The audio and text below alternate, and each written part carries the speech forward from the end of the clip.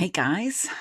Hey guys. I think I'm all good. Yes. I'm always questioning, right? Like, is this working? Is it not? I have never know. Like I look at the thing and I can see it pop up on my side, but then I'm always watching my channel at the same time just to make sure it took off. Cause yeah. I set up the live at like the last minute because I've been working in my yard all day and yeah, it's been crazy.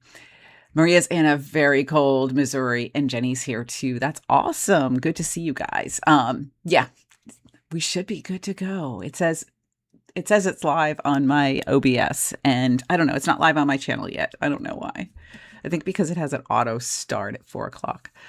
I don't know. I don't know. I don't know. We're always like, Shirley's really struggling with this thing, right? It's every time. It's every time. Every time. There it is. It's going. Okay. I just clicked on it and it works. I swear. I'm going to have to like delete that part at the beginning every time where I'm just like, I don't know if this is working because I look like an idiot on a regular basis. I did delete it from the live that I did Monday. I deleted that whole like kerfuffle at the beginning because yeah, it was just me being a disaster. Thank you, Natalie. Yeah, I just went in. I was like, just cut it. And my hairdresser was like so excited to be able to do that. My hair grows super fast. I take Nutrafol, and I don't know if you guys have heard of that, but it is amazing. It was recommended to me by a Today Show person, and she said it's the only thing that actually works for women. It's not really designed for men because how women lose hair, men lose hair is two different things. So I take Nutrafol and my hair grows like an insane amount. I get like 2 or 3 inches cut off every time I go in. And this time I was like, let's do 4 or 5 inches. So nice. And Maria, I'm always glad to look human anyway, and not AI. And yes, I'm sorry that it's so cold there in Missouri. Oof. And it's a lot going on in Missouri too. So my heart goes out to everybody that is dealing with all of that insanity. Having a sister that is an immigrant and having a lot of immigrant people that are related to her that are part of my extended family. Yeah. If I even talk about it, I'll get like super mad and emotional and all of that. And I try not to get super political on this particular channel, but if you follow me on some of my personal stuff, like I have two accounts for everything. I have Shirley Jump and then I have Write Better Fiction or Writing Compelling Fiction, depending on the platform. And on Shirley Jump, I do talk about this stuff a lot. Maria, does it help the nails too? I also take Vital Proteins, collagen, and I take biotin. And those, I think, help my nails. My nails from years and years of having acrylics back in like the 90s break pretty easily. Plus, I type all day. So I think I'm hard on my nails in general. And yes, Natalie, I'll throw a link in to the Nutrafol when I'm doing the writing sprint.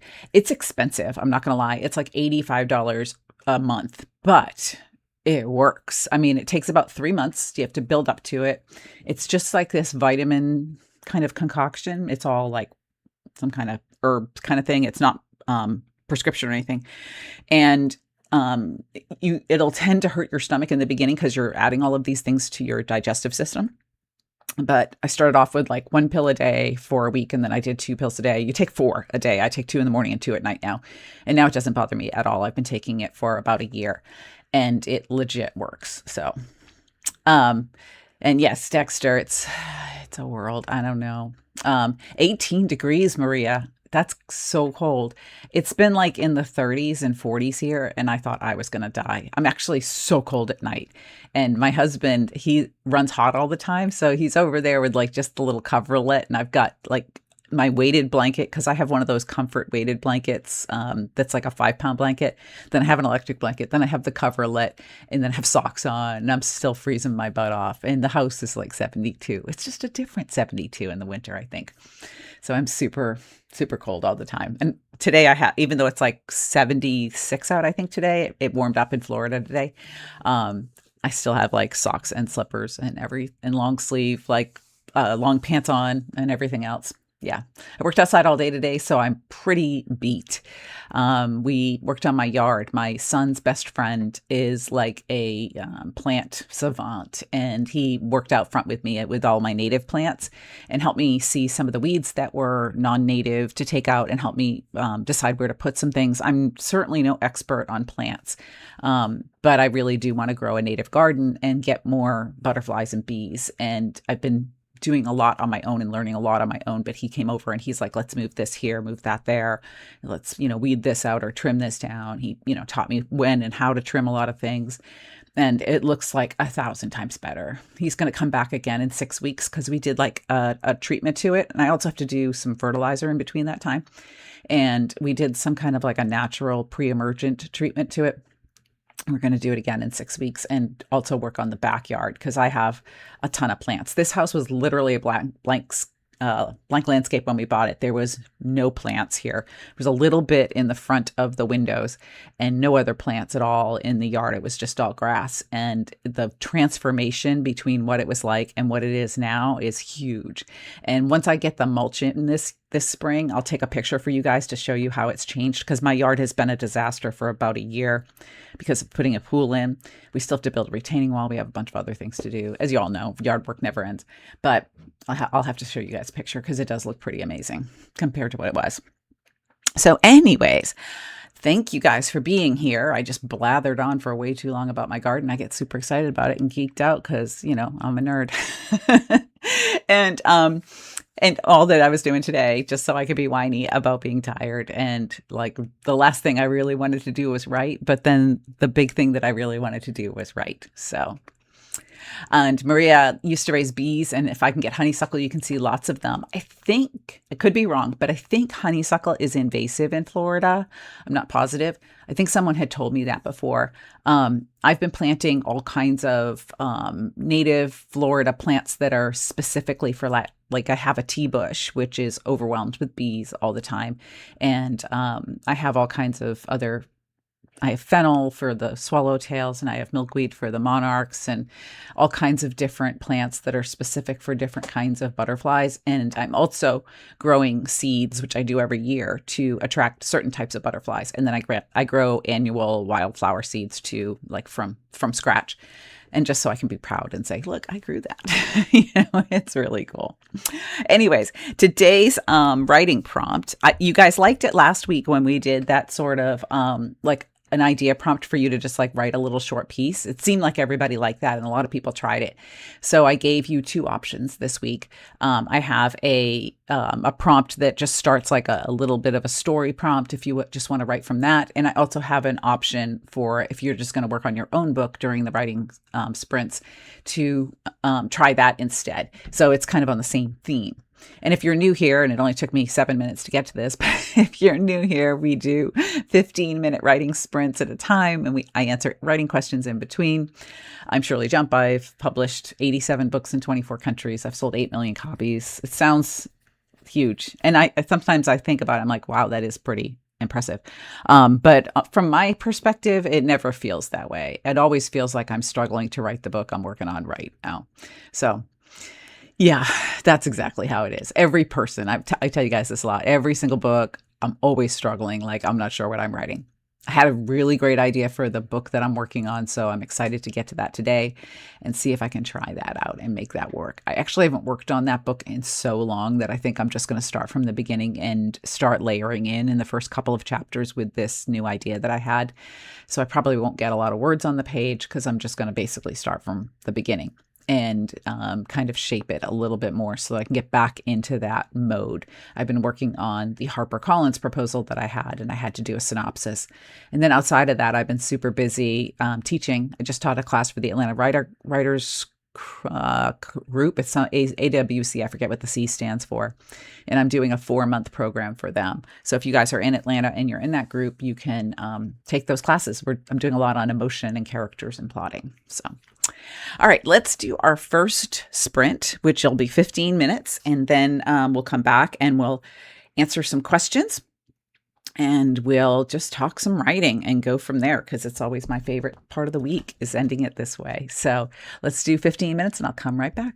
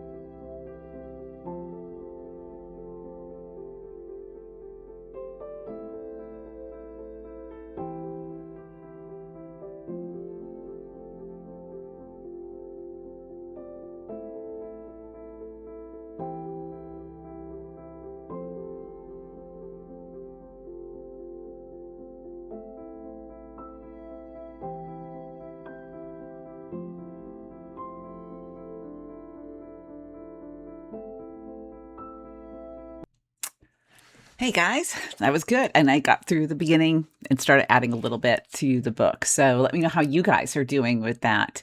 And yes, you're welcome, Natalie. Um, Dexter, he stared at the deposit and realized they shorted me 20K and I signed over the car. That's hilarious. I love that. And nice to see you here, Gayla. Money means nothing to characters trying to run away from tyranny. You can't eat or drink it. Running makes us all equal. I like that, Maria, and very timely, I've got to say. Margaret is just popping in, got to get back to work. And yes, I hope you'll tune in live next week. I should be here next week. Not traveling for a little bit. Thank God, I'm so ready to not travel for a while. So yes, and Silverelli got 146 words, which is awesome. Great job. I'm going to show you guys what I just read. So I just finished Jason Rekulak's The Last One at the Wedding. Now I have read his book Hidden Pictures, and I have talked about the Hidden Fortress. Is that what it was? I think that's what it was. Now I've forgotten the title of the book, but his first book, Something Fortress, that I really, really loved. And I read it twice. You would think I would remember the title, but I read The Impossible Fortress. I read a lot of books, so I forget the title sometimes. But his first book was just fantastic. It was really, really good. Hidden Pictures was more of like a paranormal-ish suspense. And this one is more like The Impossible Fortress, more relationships and people. And it didn't have like this big plot underneath it, I wouldn't say. I mean, there was a plot for sure, but it didn't have as much depth to the plot as Hidden Pictures did. But yet I really enjoyed it, and I really liked the characters, and I related to them right away. He has this kind of homey way of writing where you feel like you're just listening to a friend tell a story, essentially. I like him quite a bit, and you can tell because I got the hardcover there. And I did just pre-order Chuck Wendig's new book. You guys know that I really, really loved Wanderers. And I loved Black River Orchard. I loved that book a lot. And a couple of his other ones I've really enjoyed. And he had a pre-order for his newest one and his newest one in paperback, and that you could get them autographed. So I was right on that because I am just as much of a geek as anybody else about books like that are written by authors that I really love. I follow him on Threads, and I see him talk with Joe Hill a lot. And you guys know I love Joe Hill. And it's just like kind of like watching like your favorite authors just sit there and talk. So let me know in the comments what you guys are reading, what you're enjoying, and if you're watching anything new on TV. I just watched season 2 of Castle Rock, and it's actually the prequel to Misery. It tells you exactly where Annie Wilkes came from, why she kind of fell so hard for Paul Sheldon's books, and it actually makes you sympathetic to Annie Wilkes in a weird way. Like, she still does some terrible things, and you can still see where the psychopath that's in Misery comes from. But it was actually very well done, I think, in the way that they developed her character. Season 1 of Castle Rock was kind of confusing. I know that they were setting up the world. Castle Rock is where Cujo and Pet Sematary and Salem's Lot were set, and it's across the river from Derry, which is where It was set. So you've got a lot of like horror, paranormal stuff going on under the ground. So they did a lot of sort of setting that world up in season 1. But season 2, I just loved that they had Annie Wilkes. As soon as I realized it was Annie from Misery, I was like, oh, I'm in for this. KW, my book is garbage. I'm garbage, and I'm a dirty, disgusting hack of a writer. Welcome to being a writer. We all feel that all the time. I was just saying that at the top of this live stream, that every time I start one, I think this is a piece of crap. It's never going to work out. And right now, the book that I'm working on, I'm kind of getting close to the 1/3 point, I guess, maybe a little further, between 1/3 and 1/2. And it's a mess. It's just a mess. It's like I just threw a bunch of pages on the floor and they're just going in 7 different directions. So we all feel that way. The only way through it is to just keep writing it. So yes. And Maria's reading Midsummer Murder Anthology. That sounds fun. Is it more like a cozy mystery kind of thing? It sounds like the title sounds like it's more of a cozy. And Dexter, that can get you a following too. Yes, it can. I think there's a lot of people that are in the trenches of writing their first book, and they like to follow other people that are there too. And it's kind of just like, I follow a couple women that starting over after a divorce, and I'm no longer divorced. I remarried to somebody else, but I like following those stories because I can relate to those people. So Jenny's writing 3 books at the same time. I think 2 of them won't get published because they're the first part of the trilogy. The third is standalone, but I'm not a huge fan of it. Well, then maybe there's something going on with the plot. I'm not sure. So I'm glad that you're getting all that practice of writing them because it really does teach you a lot. And the only way to learn how to do it is to do it. So, and 2 different trilogies. Oh, okay, cool. I do like trilogies. I've done series where there was like 7 books set in the same town. I don't personally like it. Like, I am sick of those characters by book 4. A trilogy I like because that's just enough to get in, get out, and move on to new characters. When I got into a bunch of different series where I have like 5, 6, 7 books in the series, I was like, I'm so over these people. I don't want to write about them anymore. And I don't particularly like reading series where there's like 7, 8, 9, 10 books in the series. It's rare that I will read that many in one series because I kind of like feel like I know everything I need to know about those characters. You know what I mean? So, but there's others that I have followed along for everything. So I guess it just depends on how well it's done and how engaging it is and how unique each book is in the series to where you don't feel like you're, retreading the same ground.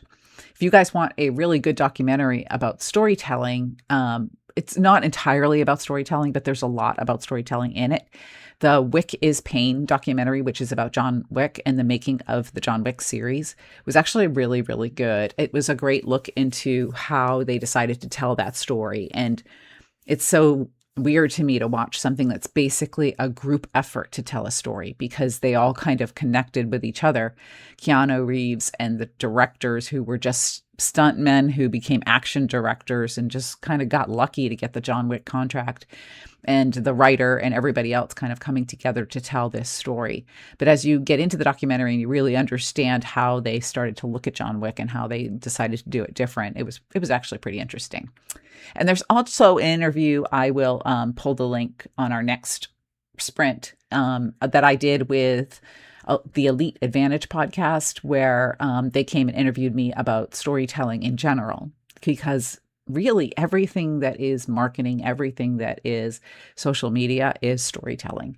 And those skills that I learned way back in the beginning as a journalist and then as an author have served me well in a lot of different careers that are essentially related to storytelling. Dexter, off topic, with Groundhog Day coming up, would you have any advice on putting a fun spin on time loops? I do like time loops. I've seen a lot of things that were like a Groundhog Day set in the 1880s, or, stuff that's a high concept of a Groundhog Day. And I think that's basically what you have to do, is a Groundhog Day twist of something else that is really, really popular. Maybe you do like a Groundhog Day set in a fairy tale land, or a Groundhog Day, like if you look at, say, Wicked, right? Imagine if you had her continuing to wake up in Oz and having that awfulness where she turns into the Wicked Witch happen over and over and over again and she can't stop it. Like, you can combine Groundhog Day with a lot of other type settings. Catherine O'Hara, who starred in Schitt's Creek and Home Alone 1 and 2, and is just a fantastic actress, died today at 71. And if you took Schitt's Creek and did that as a Groundhog Day, imagine the torture that would be for Eugene Levy's and Dan Levy's characters just to keep waking up in that awful town.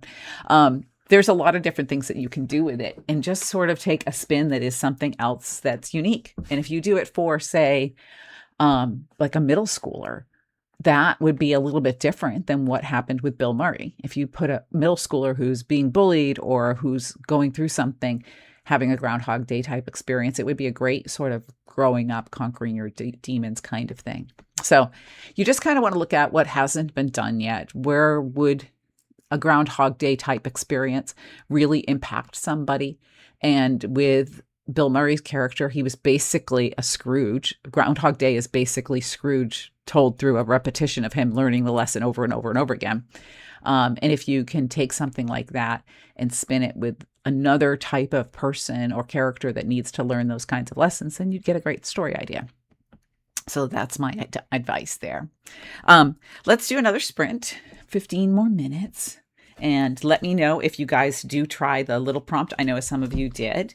And let me know also in the comments what you guys are reading or writing that you're really enjoying.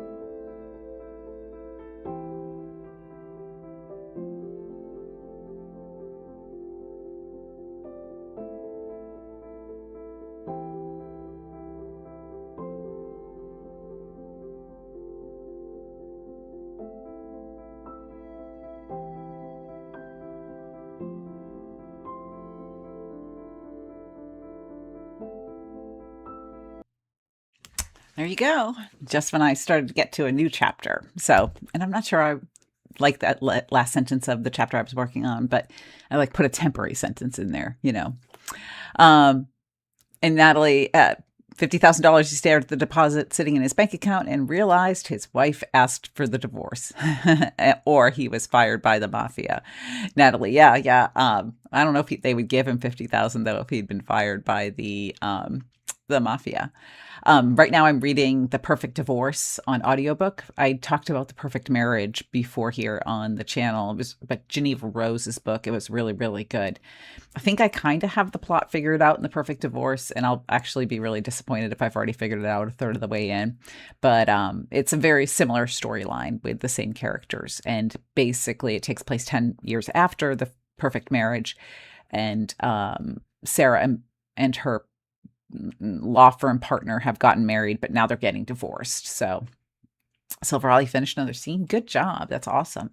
And all of the characters that were in The Perfect Marriage are back in this one. So we'll see how that goes. I've got a bunch of other new books to read that I haven't even had a chance to start yet. So I'm excited. Asian New Year's for writers. Asian year is a good year for writers. I'm sorry. I'm happy to hear about a good year for writers because I think a lot of writers could use a good year, right? Publishing's been a tough industry for a few years. Maria said 322 words. That's awesome. And I was asked on Threads about the publishing industry by some other writers, and yeah, it's never been an easy industry. It's always been kind of an uphill battle to get to where you want to go, but I mean, all art is like that, right? Music and painting and all of sculpture, all of those things are really competitive because a lot of people really like to do creative things. And yeah, there's some people that are not as talented as you probably are that make it. And for whatever reason, you know, the fairy dust, as my friend Suzanne Simmons used to say, sprinkles on them a little faster than it does on you. But if you continue writing and you continue learning to write a better and better book, I see no reason why it wouldn't work out, because even though I wrote 10 books in 8 years, 10 books, I still can't believe I did that.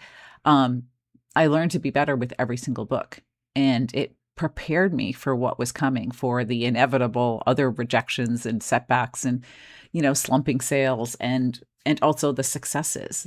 Some books did extraordinarily well and some books just flopped for whatever reason.